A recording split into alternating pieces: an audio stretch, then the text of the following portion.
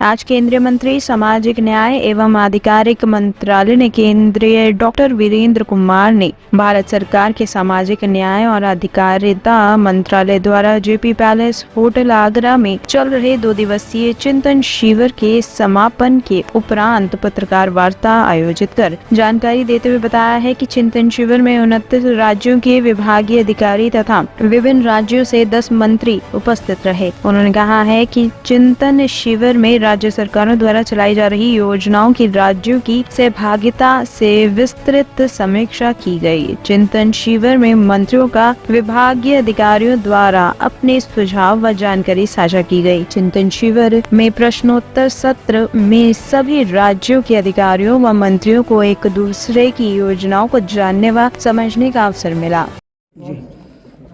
मंत्री जी, आज के चिंतन शिविर में लगातार 2 दिन से यह आयोजन चल रहा है, किन मुद्दों पर चर्चा हुई और क्या कुछ? सामाजिक न्याय अधिकारिता मंत्रालय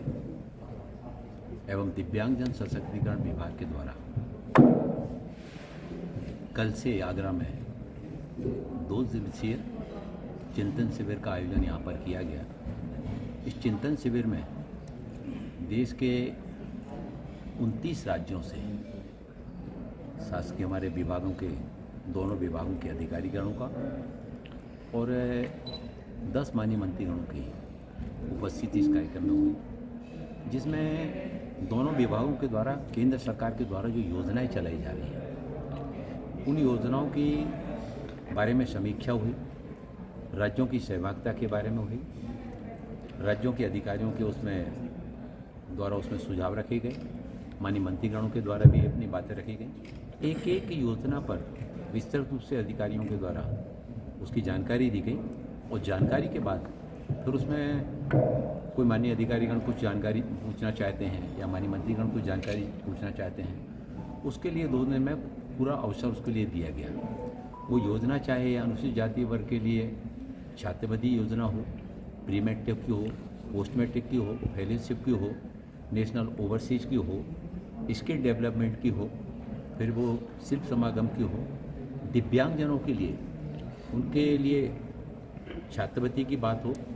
उनके सशक्तिकरण की दृष्टि से उनके लिए दिव्य कला मेलों की बात हो, दिव्य कला शक्ति की बात हो, उनको रोजगार मेलों की बात हो, इन सभी क्षेत्रों के साथ ही साथ हमारे जो वरिष्ठ नागरिक हैं, वरिष्ठ नागरिकों के रखरखाव और कल्याण की बात हो, इसके साथ ही साथ डीएनटी समुदाय, ट्रांसजेंडर समुदाय, भिक्षावृत्ति में लगे हुए लोग, ऐसे सामाजिक न्याय अधिकारिता विभाग के द्वारा जितनी भी योजनाएं चलाई जा रही हैं, हमारे दिव्यांगजन सशक्तिकरण विभाग के द्वारा दिव्यांगजनों के कल्याण के लिए उनके सामाजिक, आर्थिक, शैक्षणिक सशक्तिकरण के लिए जितनी भी योजनाएं चलाई जा रही हैं, ऐसी सारी योजनाओं की समीक्षा विस्तृत रूप से यहाँ पर की गई और इन योजनाओं के माध्यम से जब यहाँ पर अनेक अधिकारियों ने इस बात को कहा, अनेक माननीय मंत्रीगणों ने इस बात को कहा, यहाँ आने के बाद केंद्र सरकार की बहुत सारी योजनाओं की विस्तृत रूप से हमको जानकारी यहाँ पर उपलब्ध हुई, जबकि केंद्र सरकार सभी राज्यों को केंद्र के द्वारा चलने वाली योजनाओं की जानकारी पुस्तिकाओं के माध्यम से राज्यों में भेजते हैं। लेकिन इस तरह के जब शिविर का आयोजन किया जाता है, उस शिविर के माध्यम से जब बरवली अधिकारियों के द्वारा बात रखी जाती है और उस योजना के संबंध में पूछने का भी जब अवसर उपलब्ध कराया जाता है, तो बहुत व्यवहारिक दृष्टि से योजना के बारे में बड़ी जानकारी लेकर हमारे माननीय मंत्रीगण और हमारे अधिकारीगण अपने अपने राज्यों में जाकर उन योजनाओं का बेहतर ढंग से, प्रभावी ढंग से क्रियान्वित करके हमारा जो लाभ वंचित समुदाय है, हाशिए पर रहने वाले लोग हैं, ऐसे सारे लोगों के सशक्तिकरण के लिए केंद्र सरकार तो योजनाएं चलाती है, केंद्र सरकार के साथ साथ राज्य सरकारों की भी सहभागिता उसमें आवश्यक होती है। नशा मुक्त भारत अभियान 15 अगस्त 2020 को देश के प्रधानमंत्री आदरणीय नरेंद्र मोदी जी ने पूरे देश के सामने हमारे लिए एक बहुत बड़ी सामाजिक चुनौती बनता जा रही है, नशे की बढ़ती हुई प्रवृत्ति, और इसके लिए नशा मुक्त भारत अभियान का आह्वान माननीय प्रधानमंत्री जी के द्वारा किया गया था। इस नशा मुक्त भारत अभियान को केवल केंद्र सरकार के अकेले के माध्यम से नहीं हो सकता, या उसमें राज्य सरकारों की सहभागिता अकेले से नहीं हो सकता। इसमें केंद्र के साथ राज्य सरकारों की सहभागिता, सामाजिक संगठनों का सहयोग, आध्यात्मिक संगठनों का सहयोग, धर्म गुरुओं का सहयोग आवश्यक है। ठीक उसी तरह से केंद्र की योजनाओं का क्रियान्वयन जब तक राज्य सरकारों की उसमें पर्याप्त सहभागिता नहीं जुड़ेगी तब तक योजनाओं का क्रियान्वयन बेहतर ढंग से नहीं हो सकता है, क्योंकि केंद्र के सारे स्थानों पर उनका अमला नहीं होता है। राज्य सरकारों का अपना एक तंत्र होता है, प्रदेश स्तर पर होता है, संभाग पर, जिले पर, ब्लॉक पर, गांव पर। उस अमले के माध्यम से जहां केंद्र सरकार अपनी योजनाओं को पहुंचाता है, वहीं हमारी इस तरह के शिविर के माध्यम से राज्यों से ये अपेक्षा भी होती है कि वो भी अपने राज्यों में इस तरह की योजनाओं को प्रारंभ करके केंद्र और राज्य दोनों मिलकर सामूहिक रूप से लाभ वंचित समुदाय को, हाशिए पर रहने वाले लोगों को सशक्त करने के लिए आगे आए। सर, जिस लाभ वंचित समुदाय की बात कर रहे हैं, जिस सर्वहारा वर्ग की बात आप कर रहे हैं, उसमें कई बार ये अभी हाल ही में जिस तरह से देखा गया कि आपके राइट्स खत्म कर दिए जाएंगे, संविधान बदल दिया जाएगा, तो ये जो कन्फ्यूजन क्रिएट किया गया है, तो क्या ये भी चर्चा का विषय रहा है आज के कल 2 दिन की चिंतन शिविर में? देखिए, जो आपने बात कही,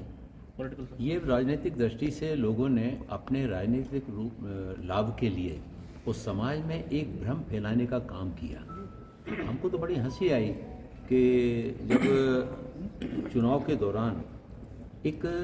76 वर्ष की माता जी जब वो ये कहती हैं कि आप लोग 400 पार की बात इसलिए कर रहे हो कि आप लोग संविधान को खत्म कर दोगे। मैंने कहा, माता जी कैसे होगा? कह लगी, संविधान में 400 पन्ने होते हैं, आप में 400 आप लोग जाएंगे, एक एक पन्ना फाड़ेंगे। संविधान में 400 पन्ने होते हैं, आप में 400 आप लोग जाएंगे, एक एक पन्ना फाड़ेंगे, तो बोले संविधान खत्म हो जाएगा। तो ये राजनीतिक लाभ लेने की दृष्टि से जिस तरह के ब्यूमर उड़ाए जाते हैं, ये वास्तव में इस देश के लिए बहुत दुर्भाग्यपूर्ण है और समाज ने इस बारे में जागरूक होकर आगे आना पड़ेगा और इस तरह के तत्वों का मुंहजोड़ जवाब देना पड़ेगा। मंत्री राहुल गांधी ने आज बोला है अमेरिका में कि इंडिया में जो लोकसभा के चुनाव हुए थे, नहीं चूंकि मामला सुनिए पूरा नेशनल पॉलिटिक्स का है, सुन तो लीजिए मंत्री, ये नेशनल पॉलिटिक्स का मामला। राहुल गांधी ये बोले हैं, एक बार अध्यक्ष राहुल गांधी ये बोले हैं कि चुनाव जो है निष्पक्ष नहीं था, कंट्रोल में नहीं था चुनाव। शिविर में कि हम लोग कैसे उस जो योजना है उन योजनाओं का हम लोग कैसे इम्प्लीमेंट करेंगे अपने स्टेट्स में? योजनाएं, केंद्र की योजनाएं राज्य सरकारों के समन्वित उससे ही आगे बढ़ती हैं और उन योजनाओं के बारे में माननीय अधिकारीगणों ने राज्य के और माननीय मंत्रियों ने उन योजनाओं के क्रियान्वयन के संबंध में उनको अगर कोई जानकारी नहीं तो उस जानकारी को पूछा, उनको और क्या क्या मतलब योजना का लाभ जो नहीं पहुंचा है वो लाभ कैसे मिलेगा इसके बारे में पूछा। तो इससे बहुत ये चिंतन शिविर आने वाले समय में केवल अकेले उत्तर प्रदेश के राज्य के लिए नहीं बल्कि देश के सभी राज्यों के लिए एक बहुत उपयोगी शिविर साबित होने वाला है। मंत्री जी, 2 दिन तक आपने चिंतन मनन किया, तमाम सवाल बिंदु आए होंगे, उसका जो मुख्य आधार निकला हुआ उस पर कब तक क्रियान्वयन करने की सोच रहे हैं? कंक्लूजन क्या निकला आगे? मतलब शिविर होते मतलब ये होते इसलिए हैं कि मतलब ये यहाँ से जाने के बाद जो यहाँ से सीख के जा रहे हैं, जो ज्ञान लेकर जा रहे हैं, जो जानकारी लेकर जा रहे हैं, उस जानकारी को ले जाकर अपने अपने राज्यों में उसको आगे बढ़ाने का काम अधिकारियों के द्वारा तमाम राज्यों में केंद्र बढ़ाने की मांग की है, तो क्या कोई ये भी कोई विचार विमर्श हुआ है कि सरकार इस हम लोग तोड़ने के पक्ष में नहीं, हम लोग सब समाज को लिए साथ में आगे है बढ़ते जाना, सबका साथ, सबका विकास, सबका विश्वास और सबका सामूहिक प्रयास। मंत्री जी, बिहार सहित तमाम राज्यों ने केंद्रांश बढ़ाने की मांग की है क्योंकि योजना इम्प्लीमेंट नहीं होती, फंड्स की कमी है। देखिए, केंद्र और राज्य सरकार की सबके संघीय ढांचे में सबकी सामूहिक जिम्मेवारी होती है और योजनाओं में जैसे कि हमारी छात्रवृत्ति की योजना है, पहले छात्रवृत्ति हमारा शेयर, केंद्र का शेयर जो है ना बहुत काफ़ी कम हुआ करता था, लेकिन 2014 के बाद इसको डीबीटी के माध्यम से किया गया और 60% हिस्सा केंद्र का, 40% हिस्सा राज्य का। 40% हिस्सा राज्य सरकार ने जैसे ही डालेंगी वहाँ से हम केंद्र से बटन दबाएंगे और 1 सेकंड में वो डीबीटी के माध्यम से विद्यार्थियों के खाते में सीधा पहुँच जाएगा। जो पहले अनियमितताएं होती थी वो सारी अनियमितताएं खत्म हो गई और अब स्टूडेंट्स के खाते में वो पैसा सीधा जाने लगा। किसी भी योजना की बात हो जो इसमें राज्यों की सहभागिता उसमें आवश्यक होती है। सर, केंद्रांश बढ़ाने की मांग की है तो सभी में मंत्री राहुल गांधी, ये 2 दिन की चिंतन शिविर में सर इस बात पर भी चर्चा हुई जो SC/ST रिजर्वेशन का जो वर्गीकरण का सुप्रीम कोर्ट ने सुझाव दिए हैं सर, अनुशंसा की है, तो क्या ये भी इस पर सरकार का क्या स्टैंड है? राज्यों को बोला गया है, राज्य उस पर विमर्श करेंगे, तथ्य निकालेंगे, अध्ययन करेंगे और जहाँ तक उसमें क्रीमी लेयर की बात है तो क्रीमी लेयर के लिए माननीय प्रधानमंत्री जी ने बिल्कुल स्पष्ट कर दिया है कि क्रीमी लेयर की अवधारणा को हम उसको। मंत्री, एक बहुत बड़ा सवाल है अमेरिका में, राहुल गांधी बोले हैं कि इंडिया में जो चुनाव हुए थे वो कंट्रोल में नहीं थे। धन्यवाद। स्टॉर्मिंग रही है आपकी इस समाज को लेकर, क्या क्या निकल के आया इस समुद्र मंथन में? आगरा में 2 दिन का चिंतन शिविर रहा प्रधानमंत्री मोदी जी के निर्देशन पे, और यहाँ पे व्यापक चर्चा हुई कि सामाजिक न्याय की यात्रा को आगे बढ़ाने के लिए जो योजनाएं चल रही हैं उनको कैसे अच्छा किया जाए और कौन सी नई योजनाएं, कौन सी नई नीतियां लाई जाएं,